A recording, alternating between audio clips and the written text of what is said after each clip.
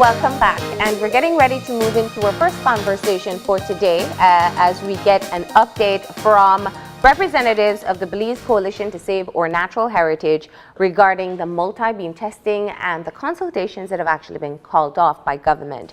We have with us at this time John Burgos from the Belize Tourism Industry Association. Good morning and welcome. It's a bit late, but Happy New Year to everybody. That's right. You have to say Happy New Year, Merry Christmas, and Happy Birthday just in case. Just in case. All right, John. So this has been an issue that we have been talking about for quite some time, and it's been a multi-agency approach in being able to educate people and to get more information. Let's just talk about how the organizations like BTIA and the environmental organizations have come together to decide on a path on this particular issue. Well, at the beginning of last year, when we began to really see the progress that government was doing towards offshore drilling and measures that would lead to offshore drilling, well, the tourism industry is concerned. It has expressed their serious concerns in regards to how it will affect their investments. One of the key things that they have been mentioned is that they say that the tourism industry is anti-development, anti-progress, and it's not. You look at over the last 15 years, how much development and investment the tourism industry. I mean, there's a reason why it is the #1 tourism industry, the sector for the economy. So people are now concerned about the investment. If I build to do a resort, if I invested $500,000 to start my tour operating business, which focuses on diving, you have to be concerned about your investment. Yeah. So that is the sentiments across the country with regards to anything happening out there, any seismic testing, any deep some beam testing, anything that's going to lead to oil. And everything that has been shared by government, it dictates that their focus is oil. Yeah. Whatever data they want to compile, whatever data they want to gather is basically because they have the oil companies line up to purchase that data to see whether there's actual signs of oil deposits there. Now, if we were to backtrack to the end of last year when this issue first came to the forefront, there was simply an announcement saying that it was going to take place without consultations. One of the ships arrived to be able to initiate, and there was quite an uproar that took place. Now, one of the key elements or one of the key voices that we heard was those from the tourism sector. And it's interesting because we know the environmental community has been working on this issue for a long time, but this time we see BTIA coming on as a full-fledged partner in being able to address the issue. From the perspective of your members, how committed are they to be able to do what they can to ensure their concerns are heard when it comes to going through with now the multi-beam testing? Well, first of all, just to clarify what transpired last year, remember the cabinet passed the order that they were going to be conducting the seismic testing. Yes. I mean, this was on a Thursday or a Friday. And then boom, by the Sunday, the ship was already here. Yeah. Nobody knew, nobody was aware, no mitigation measure was mentioned, which everybody really felt betrayed in a way, because how can you make a decision on such an important matter without even letting the tourism industry know, the stakeholders know, anybody that's going to be affected, the fishing industry. It's not all about tourism. Everything is linked together. So we felt strongly that, we got to be very vigilant of this government. We got to let them know that the tourism industry and its stakeholders, whether they are a member of the association or not members, they're very concerned. They want to know what is going to be the clear path with regards to their initiatives towards offshore drilling. We want to know a clear stance. We have made, it's been a fight over 10 years where we have mentioned, we want a moratorium, we want a referendum. Government, can you let us know what is your final take on this? Are we going to pursue offshore drilling? Are we not? We pushing for the ban. We want an automatic ban. The buffering zone they're passing through last year, which is a 1 kilometer. Let's be real.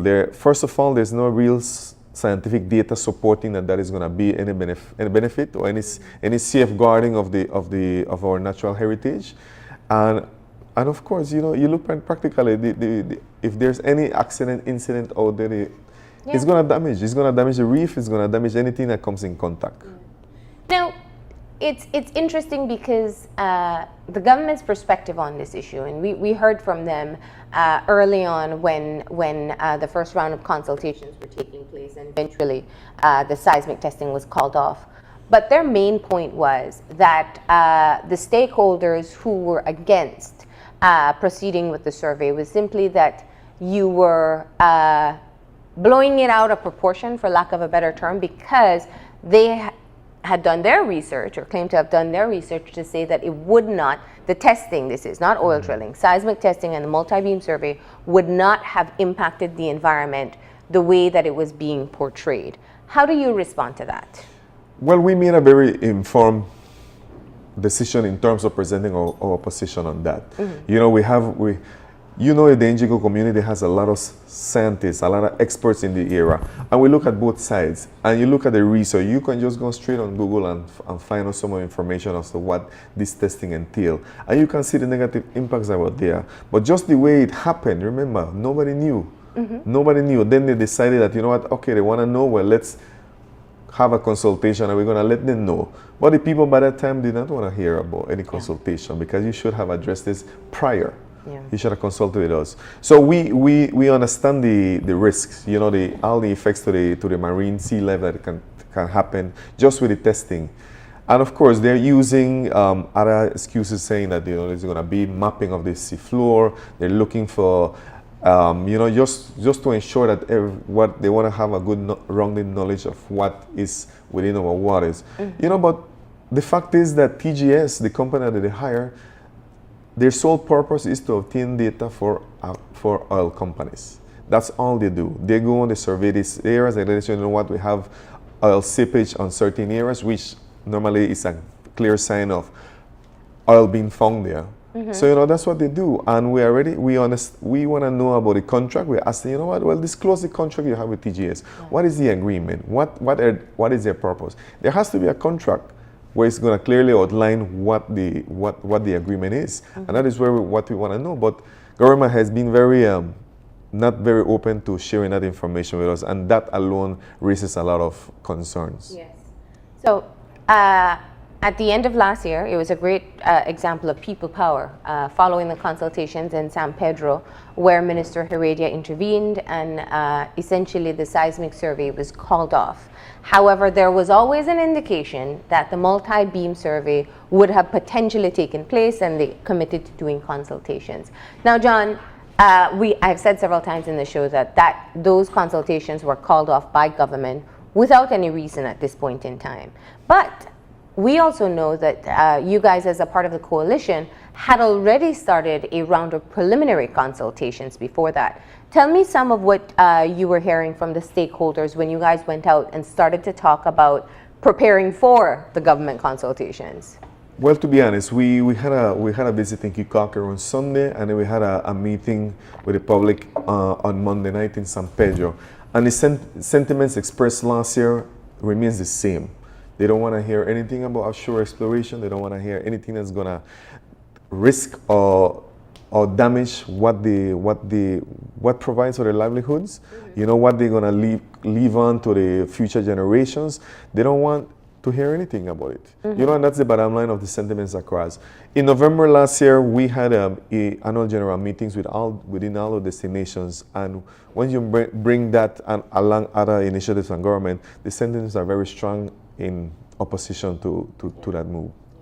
And there were also talks of the residents on the islands considering some sort of protest if if they would proceed with the survey. Well, we asked them that we continue consulting and working closely with government. We have established communication with the CEO for the Economic Development and Petroleum Office. And, you know, we're waiting for responses. They have been providing responses. The one that we got yesterday was not really what we were looking for. We wanted a little bit more information as to why they were canceled. I mean, I believe that the people of Belize deserves a more clarified response as to why they were canceled. And of course, it leads to the question: is this a permanent cancel? Is this has been postponed for later? And of course, let us know. Are you pursuing offshore oil? Let us know. And that's basically what we want to pursue. As you see me today, I'm here. The other members of the coalition are on their way to Southern Belize. They're going to be having meetings with the people in Hopkins and in Placencia, just to see what their take is on this matter, so that we can continue voicing our position to government. So you are proceeding with your round of consultations as a coalition? Yes, we are. And what is the objective of it at this point, since the government consultations have been called off? Well, the main thing is that it is a national issue. We want to be able to hear not only from the coalition and the members of the coalition. We want to hear from other entities that are going to be affected. What is the Fisheries Department on this matter? What is the stand? We want to know what the Belize Tourism Board has to say on this matter. They are marketing Belize out there. This has potential damaging impact in terms of how Belize is marketed. Diving is one of the number one reasons why tourists come to Belize. We want to know from the minister once again, the Minister of Tourism. We want to hear from the CEO of the Ministry of Tourism. We want to hear from the Chamber of Commerce. We want to hear from the Belize National Teachers Union. We want to hear from everybody. This is something that affects us all. So you will be meeting with other entities other than those stakeholders within the tourism area? Yes, we're pursuing we want to hear how they feel about the way government has been operating with regards to offshore drilling and how they are presenting information or the lack of information. Now, John, let's go back to the feedback that you've gotten. We know when the consultations were called off, it was literally, I think, 2 sentences saying that it would not take place as was scheduled for 2 dates in January. There was no reason given. There's no clarification as to whether or not it's calling off the consultations but proceeding with the survey or calling off it altogether. The coalition wrote to the government to be able to get a response and get these very same questions answered. Have you heard anything back as yet? No, we have not been able to receive any response as yet. We're hoping that the CEO Young is going to be able to provide us with a feedback.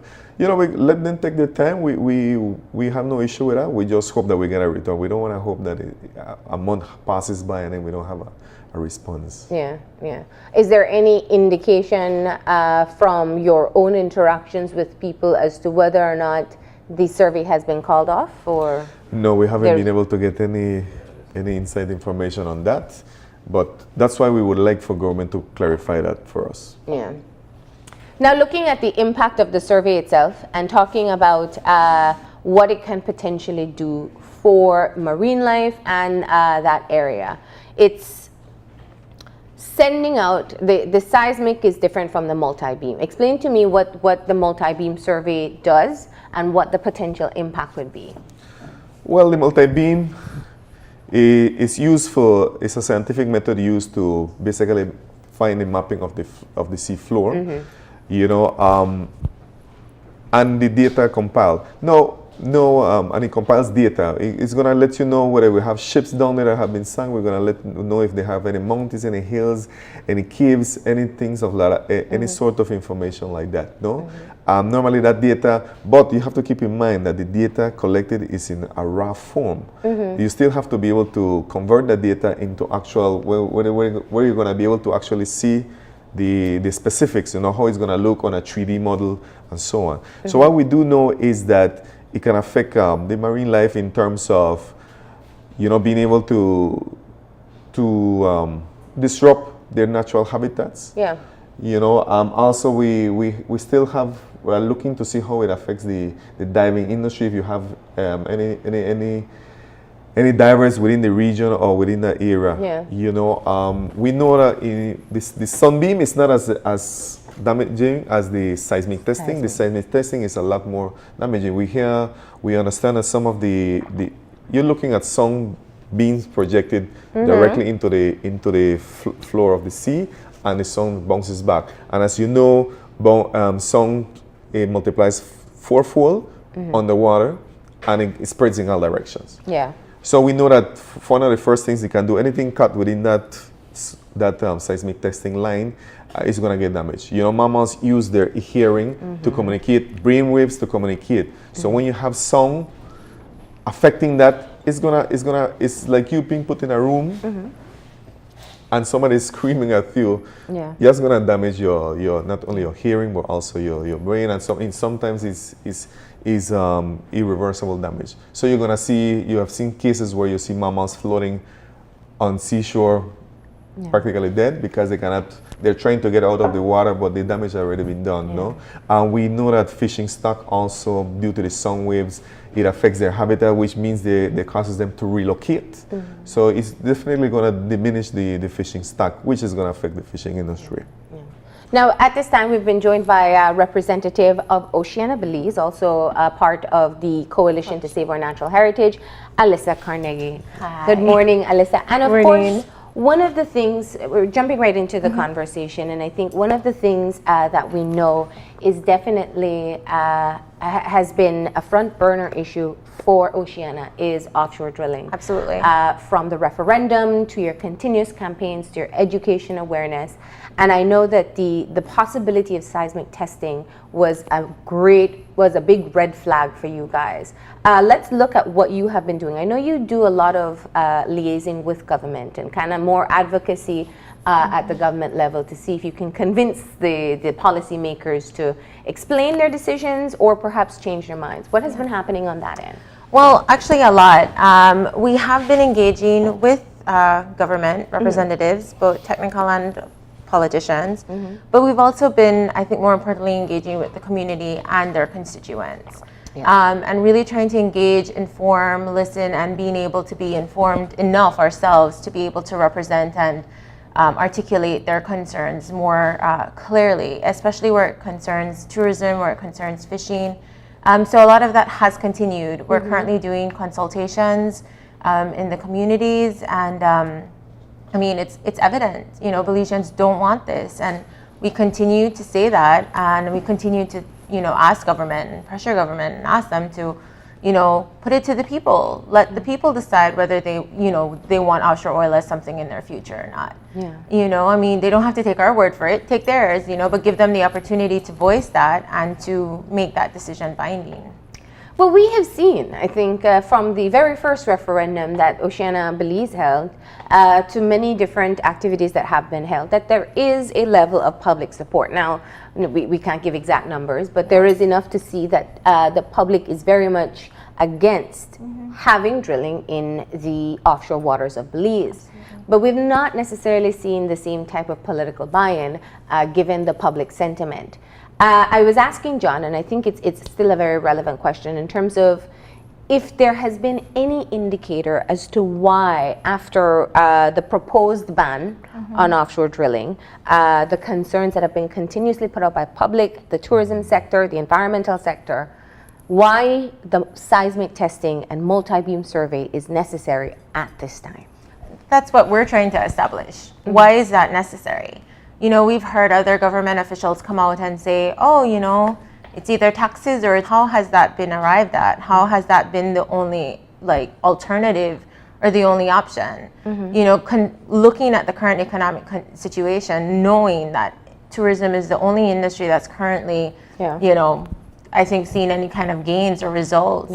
And an industry like oil that goes completely contrary to what that our product or tourism product stands for, I think is indicative that there's not that much of a long-term vision going in terms of at least that, how we're prioritizing these different industries. And that's exactly what we're trying to come at is how has this been, arrived at? How has oil been the alternative or this component of it? I mean, looking at that the world is going renewable, looking at, the international agreements beyond public sentiment, if we even want to look at that. With, COP and the Paris Agreement, climate change agreements that we've signed to say, no, we don't want to get to those 2 degrees. We want to make sure that we're not contributing to that and that we're committing to reach these certain goals. How does, oil and petroleum and a dirty industry like that fit into even what we've signed on to internationally? There is an inherent contradiction in that. And that's what we're trying to establish. Where is that? I think when you go back to seismic, and not seeing any type of movement. I think when they were in San Pedro and the tourism community, and I will say it did happen in San Pedro, but it wasn't only San Pedroanos. There were a lot of people from Key Cockrell as well, from Hopkins, I believe, even from Placencia, who were there, maybe not in large as number as they wanted to be. Yeah. But it was primarily tourism Primarily, stakeholders, exactly. And they made their voices known and they made it heard. And, you know, I mean, I think Minister Heredia and the other tourism stakeholders had to say this is really not, you know, in agreement, and, you know, it's not coherent, it's not in line with the direction we're going. And I think that's such a solid point, because it was very evident, and normally we don't see that type of fast reaction as we saw in those consultations. And John, I think we know that BTIA partners with the Belize Tourism Board. You're a private organization, you're a private membership organization. Have you worked with your counterparts at BTB to find out what their take is on being able to proceed with these type of activities? No, we haven't. We do share a common partnership with them. We have been, since 2015, we have been strengthening our relation. We communicate very regularly. They support a lot of our projects. We support a lot of their projects as well. We have that clear means of communication. We have not been able to have a sit down and have a discussion on this issue, but we're looking forward to doing something in this year. As you know, our president sits on the board of the BTV. He's going to also be seeking through the board to see, you know, what is the stance. You know, they must have a position on this. They must be aware of this. I mean, at the consultation there were several board members of the BTV. They are present at the same engagement that you're showing right now. You know, but we're gonna get something from there. We're gonna get something official. So that's what we're hoping for this year, and that's what we're gonna be looking forward to, having that discussion, no? But just to add to what Alyssa was mentioning before about the economy, I mean, we're not saying that tourism should be the only focus in this country. What we're saying is that, why is all the only other option? I mean, we look at the agricultural sector. The government should consider bringing back those industries, the citrus, the shrimp, the sugar. I mean, these industries were at some point number one, two, and three. You know, they are falling back behind. Why don't government focus on that? You know, and we understand all the debts that we have to cover, you know, all the dire state of our economic and our finances, you know, but we gotta look at the whole picture. We just can't be focused on one area and expect that oil is gonna save the country. Well, I think what it points to is the need for larger engagement, and not just with external stakeholders, even if we're looking at it from government's perspective, but internal as well. One of the things that the seismic, you know, activity, or that seismic situation had pointed to very clearly, was just that, you know, the lack of engagement even at the governmental level in terms of the other partners being aware. I understand that BTB they weren't prepared. They didn't know that the diving or the seismic was going to happen when it did. They have facilitated that consultation or that meeting to be able to have the tourism stakeholders learn more, but by then the ships were already in the water, their rays were already in the water, and it had already begun. And that's exactly what we're saying. This is an issue that has national implications. It deserves a national conversation. And that's what we're talking about. And I think too, I mean, you know, absolutely, we're not saying that tourism is this save all, the be all, the end all. It's really looking at what those alternatives are in terms of diversifying. Well, we know, I mean, I hear what you're saying. It's not necessarily a tourism issue, but we do recognize the implications it has on the tourism industry. And just yesterday, BTB put forward their statistics in terms of registering the growth we've seen over the past year. I know I have seen from representatives of the tourism sector, where even guests who come for an ecotourism product hear of these issues, and they have concerns. But fundamentally, it is about preserving what we are most proud of in this country, and that is our barrier reef and what we call our natural heritage. You are proceeding with your consultations at this point in time.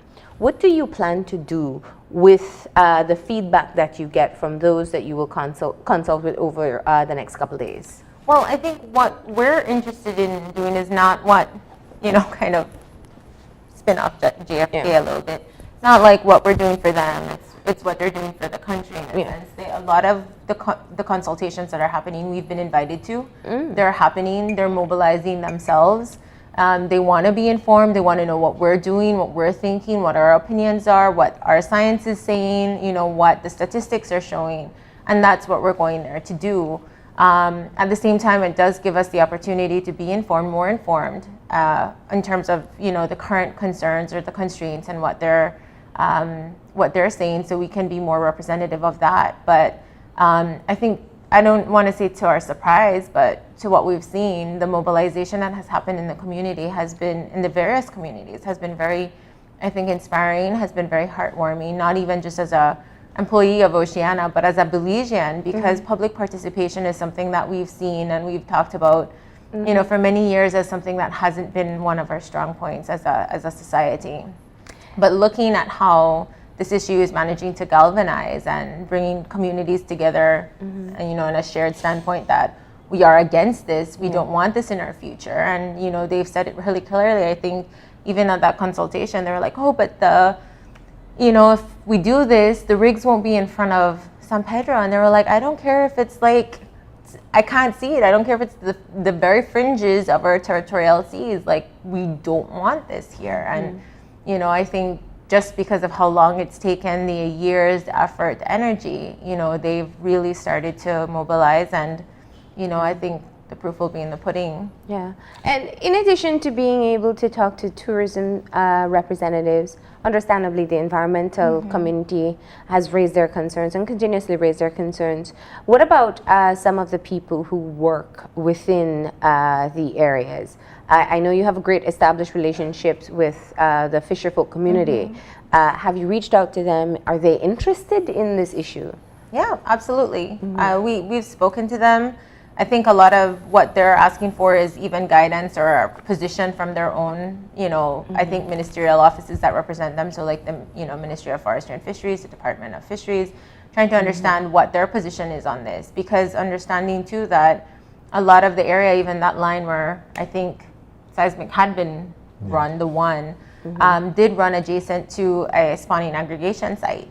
And so understanding what those implications are, but they are concerned. We are talking to them, we're very much engaged, and they want to know what they can do as well. So I think it's important to understand that these consultations aren't just tourism stakeholders, they're really communities, because while you do see, their tourism destinations, a lot of what they are coastal communities and people who depend on, this specific, natural asset for their livelihood, whether it's fishing, whether it's culture, anything else. So now at this point in time, there are still a lot of questions. And while we know the seismic testing has been called off, the ship left, we still don't know the status of the multi-beam survey. What will be your proposed way forward? You've been told the consultations have been called out. Not you, we have been told, because it is a public consultation. We have been told that the consultations have been called off, and pretty much that's it. What will you do from this point forward in terms of whether you'll keep the momentum going or keep on asking questions? What's your planned course of action? Definitely keeping the momentum going. I believe John had mentioned that we've written to the the CEO several times and we haven't received a response from her. And we want to make sure that whatever response we get, that it is very clear, that it's very precisely and concisely laid out, something that we can trust for all intents and purposes. But at the same time, I think regardless of the consultations here, it goes beyond just the multi-beam. Is this an industry that the country is going to pursue? Are we going to have to say in 6 months, is this going to come back again? Are we going to be concerned about where this is coming from?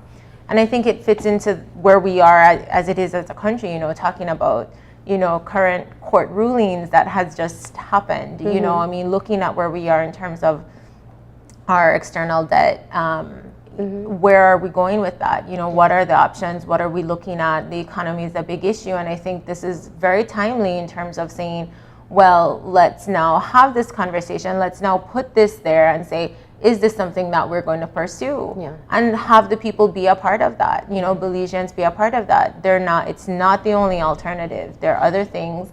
Let's see how we can do it. So I think our role in terms of not just Oceana, but I think as a coalition is definitely to make sure that this stays in the limelight, so to speak, that people are reminded that unless we have anything saying yay or nay against offshore oil, that we still need to be continuing this conversation. Yeah, I mean, like I mentioned before, one of the things that we wanna hear from other national entities. We wanna hear from the BNTU. We wanna hear from the chamber.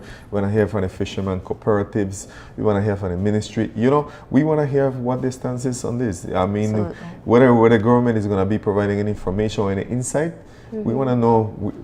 Before government does that, you've been hearing about this for years. From 10 years ago, when the first concessions to offshore and the leases and so on were given, you know, that's where it all started. So I think it's time for us to really hear a national perspective as to how we feel about government making this move towards that direction. Yeah, it is interesting when you look at the larger picture.